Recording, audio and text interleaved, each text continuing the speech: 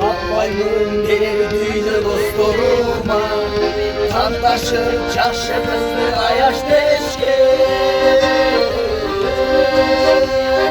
Dostlarım imanla çok sandılaşı, Dostlarım elde kıyım canlılaşı, Kız gözünü yakşıca katandırıma.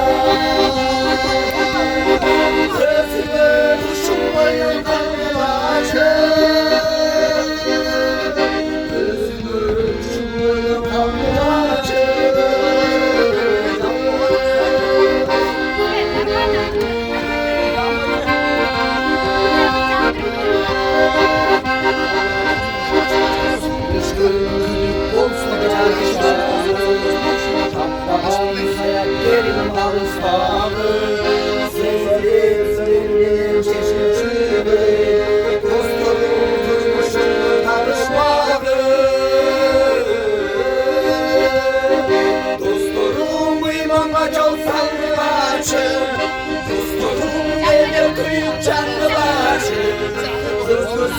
yakşıca katandırıma. Gözümü kuşum boyun kaldılaçı, Gözümü kuşum boyun kaldılaçı.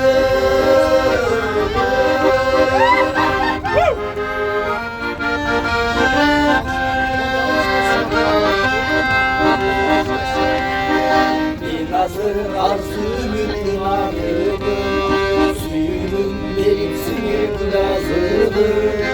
Silişlerin sözlerine koluma, Niyet şarap kanları lazımdır. Dostlarım imanla çok sandılaçı, Dostlarım elde kıyım canlılaçı, Özgürsün cak sıcak atanlarıma.